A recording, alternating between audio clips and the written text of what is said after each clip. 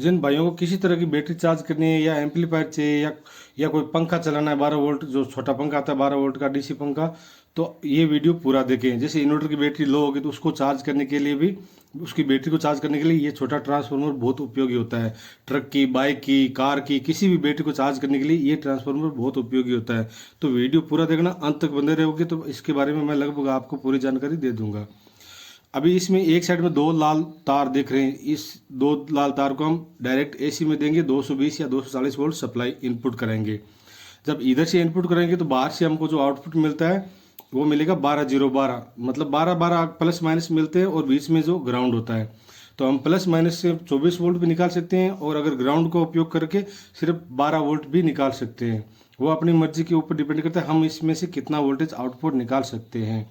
तो ये बात हो गई ट्रांसफार्मर की। और ये ट्रांसफार्मर दो जगह से उपयोग में ले जाता है, एक तो वोल्टेज इंक्रीज करने के लिए, बढ़ाने के लिए, एक वोल्टेज डाउन करने के लिए।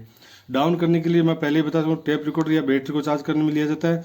और इंक्रीज करने के लिए जैसे आपका इन्वर्टर होता है या यूपीएस में भी ऐसा ही ट्रांसफार्मर होता है, वो यूपीएस में जो वोल्टेज इंक्रीज करता है 12 वोल्ट की बैटरी से 250 वोल्ट, ताकि उसे कंप्यूटर या आपका लैपटॉप कोई भी चला सकते हो। तो अभी इसमें से 12 0 12 जो आउटपुट निकलता है वो एसी वोल्टेज निकलता है। अभी हमको एसी को डीसी में कन्वर्ट करना होता है। डीसी में कन्वर्ट करने के लिए ब्रिज रेक्टिफायर की जरूरत पड़ेगी, और ब्रिज रेक्टिफायर के लिए डायोड की जरूरत पड़ेगी। 4 डायोड को इस तरीके से हम आपस में मोड़ लेंगे। अभी जैसे आप देख रहे हो, मेरा राइट का जो थंब है वहां पर प्लस है, और लेफ्ट का जो थंब है वहां से माइनस हो गया। बाकी जो दो टांगे आप अलग अलग देख रहे हो उसमें इस ट्रांसफार्मर की सप्लाई देनी होती है। और इस ट्रांसफार्मर का जो बीच वाला वायर होता है उसको हम कैपेसिटर के सेंटर में कनेक्ट करेंगे। कैपेसिटर का जो प्लस है और एक तरफ का माइनस है वो आपस में हम कनेक्ट कर देंगे, और जो प्लस का वायर है उसको मैं मोड़ दूंगा, ताकि मुझे बाद में पता चले कि प्लस का कौन सा है और माइनस का कौन सा है। वैसे इसकी दो टांगे होती है, एक टांग बड़ी होती है वो प्लस की होती है, छोटी होती है वो माइनस की होती है। इस हिसाब से आप पता लगा सकते हो। और जो दो तार मैंने मोड़ के आपस में अटैच कर दिए, वहां पर हमको ट्रांसफार्मर का बीच वाला वायर लगाना होता है। तो यहाँ तक आपके अच्छे से समझ में आ गया होगा। अब करते हैं कनेक्शन। तो जैसे आप देख रहे हैं ट्रांसफार्मर का बीच का वायर मैं जहाँ पर मैंने कैपेसिटर के दो वायर बीच की मोड़े थे वहाँ पर लगा रहा हूँ।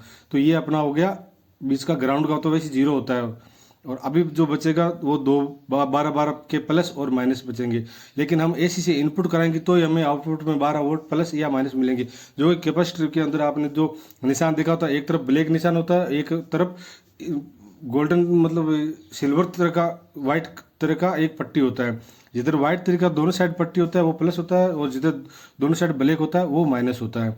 तो यहाँ तक आपको मालूम हो गया होगा। अब हम इसमें जो एसी करंट है वो सप्लाई दे रहे हैं, और मल्टीमीटर को हम 200 पे सेट कर लेंगे, क्योंकि 20 पर देंगे तो हमको वोल्टेज वैसे ही ज़्यादा मिलने वाला था। हम वोल्टेज चेक कर लेते हैं। जब हम 24 वोल्ट के हिसाब से सप्लाई देखते हैं तो इसमें 40 वोल्ट आ रहा है। 40 वोल्ट क्यों आ रहा है? क्योंकि कैपेसिटर हमने 25 वोल्ट के लगे हैं, 25 50 वोल्ट हो गए। कैपेसिटर भी चार्ज होते हैं जैसे लगाते हैं। अभी 12 वोल्ट की जगह हमको 20 वोल्ट दिखा रहा है, तो वो कैपेसिटर गया, कैपेसिटर 25 वोल्ट का लगाया हमने, तो वो इंक्रीज हो गया। दिक्कत नहीं, जब इसमें लोड देंगे तो इसका 12 वोल्ट ही रहेगा। हालांकि 12 वोल्ट की बैटरी को चार्ज करेंगे तो आराम से चार्ज कर पाएंगे, क्योंकि 13 से 14 वोल्ट तक ये आउटपुट निकाल देता है। तो 12 वोल्ट को बैटरी आराम से चार्ज कर पाएगा। अभी ये मैं वोल्टेज फिर से एक बार चेक करके आपको दिखा देता हूँ कि ये 20 वोल्ट के आसपास ही है। तो जैसे ही मैं बैटरी को इसमें इनपुट कराता हूँ और बैटरी का वोल्टेज साथ साथ में आपको शो करवाता हूँ, तो आप देख पाएंगे जो जहाँ पर 20 वोल्ट या 19.5 वोल्ट था वहाँ से वोल्ट डाउन होने शुरू हो जाते हैं। जैसे आप अभी देख पा रहे हैं 14 15 वोल्ट ही दिखा रहा है, जबकि पहले अपने को 20 वोल्ट दिखा रहा था। अभी बैटरी चार्ज हो रखा है। हालांकि ये बैटरी पुराना है, मैं सिर्फ आपको डेमो देने के लिए ये बैटरी उपयोग में ले रहा हूँ, ताकि आपको पता चले कि कैसे बैटरी चार्ज होता है। और इसकी ट्रांसफार्मर के और भी अलग अलग एक्सपेरिमेंट करूंगा तो आप वहाँ पर भी देख पाएंगे। अब मैं लेकर आया हूँ 12 वोल्ट की सप्लाई, जो कि बराबर 12 वोल्ट ही आउटपुट निकालती, ज़्यादा नहीं निकालती। तो आप देख पाएंगे जो अंदर का होल होता है वो प्लस का होता है, बाहर का हिस्सा माइनस का होता है। जैसे मैं इसमें टच करता हूं तो आप देख पाएंगे यहाँ पर 11.4 वोल्ट दिखा रहा है, क्योंकि मैं बैटरी को साथ में कनेक्ट कर रहा हूँ। जैसे मैं बैटरी के वायर निकाल देता हूँ और इसको डायरेक्ट मैं मल्टीमीटर में चेक करता हूँ, तो आप देख पाएंगे जो वोल्टेज आउटपुट मिलते हैं, अंदर का मैंने पहले बताया प्लस का होता है, बाहर का हिस्सा माइनस का होता है। ये छोटी छोटी जानकारी नॉलेज में होनी जरूरी है, ताकि बाद में आप चेक करो तो आपको पता चले। ये देखो बराबर 12 वोल्ट दिखा रहा है, क्योंकि ये सप्लाई है और वो अपना ट्रांसफार्मर में सप्लाई में यही फर्क होता है। ट्रांसफार्मर में जैसे वाइट वोल्टेज, एसी वोल्टेज कम होते हैं, जैसे 200 वोल्टेज हो गया, 150 वोल्टेज हो गया, तो उसका आउटपुट भी लो होता है। लेकिन ऐसा सप्लाई में नहीं होता है। सप्लाई में ऐसा ही कुछ मतलब वोल्टेज फिक्स रहते हैं। अभी मैं 20 वोल्ट जो मेरा 14 प्लेट का चार्ज रहे वहाँ पर दिखा रहा हूँ तो आप देख पाएंगे कि सोलर प्लेट का अभी वोल्टेज 20 से ज़्यादा ही है, लेकिन बैटरी के साथ कनेक्शन करने से इसमें वोल्टेज डाउन हो रहे हैं, मतलब बैटरी चार्ज हो रही है। हालांकि ये पुरानी बैटरी, ये बैटरी कभी चार्ज होगी नहीं। मैं तो सिर्फ आपको डेमो देखने के लिए ये बैटरी लेकर आया हूँ। अब आपको दिखाता हूँ मैं इस सोलर प्लेट के जो वोल्टेज है वो कितने हैं। तो आपको डरने की जरूरत नहीं, सोलर प्लेट 12 वोल्ट का ही होता है, लेकिन वो वोल्टेज ज़्यादा ही निकालता है। जैसे ट्रांसफार्मर है वो भी वोल्टेज ज़्यादा ही निकाल रहा है, लेकिन बैटरी आपके आराम से चार्ज होती है। 20.45 वोल्ट है। तो आपके समझ में आ गया होगा। अब मैं नाइक्रोम का वायर लेकर आया हूँ जो कि हीटर के अंदर होता है, और इसको हम कनेक्शन करवाएंगे तो वोल्टेज कितने ड्रॉप होंगे वो आप देख पाएंगे। तो जैसे ये 41 वोल्ट है तो सीधा 2 वोल्ट पे आ गया, मतलब 40 वोल्ट से सीधा 2 वोल्ट पे क्यों आया, क्योंकि ये 40 नहीं है।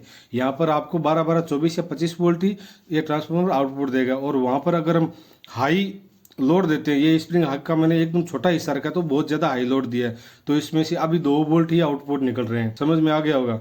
अब मैं इस वायर को और छोटा करके लगाता हूँ तो और वोल्टेज डाउन होंगे। पहले 2 वोल्ट कुछ कुछ आ रहा था, अभी 1 वोल्ट ही अपने को आउटपुट मिल रहा है। तो ये आपके देखने में आ गया होगा, जो कि नॉर्मल जानकारी है। और जब 40 वोल्ट में अगर मैं डायरेक्ट इसको कनेक्ट करा रहा हूँ तो भी 1 वोल्ट के आसपास ही अपने को ये ट्रांसफार्मर दे पा रहा है, क्योंकि हम जो, तो यहाँ तक मैं समझ सकता हूँ कि आपके बहुत कुछ समझ में आ गया होगा। ये नाइक्रोम का वायर है जो कि 1500 वाट का होता है, और इसका छोटा हिस्सा लेंगे तो वैसे वैसे इसके वाट बढ़ते जाएंगे, और वाट बढ़ेंगे तो ट्रांसफार्मर पर लोड आएगा, और लोड आएगा तो उसका वोल्टेज डाउन होता रहेगा। ये छोटी सी जानकारी जो कि मैंने आपके साथ शेयर कर दी।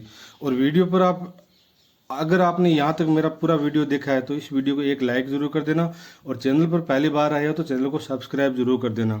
और अगर आपको वीडियो अच्छा लगा हो तो एक प्यारा सा कमेंट भी कर देना, और अपने दोस्तों के साथ शेयर करना, तो इस वीडियो को भूलना भी मत।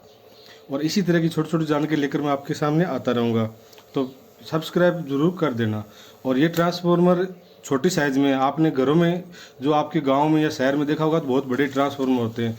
उसका क्या काम होता है, बाहर से जो इलेक्ट्रिसिटी आती है वो 11,000 या 33,000 वोल्ट आती है, उसको 250 वोल्ट में कन्वर्ट करता है ताकि हमारे घरों में लाइट चलती रहे। Thank you.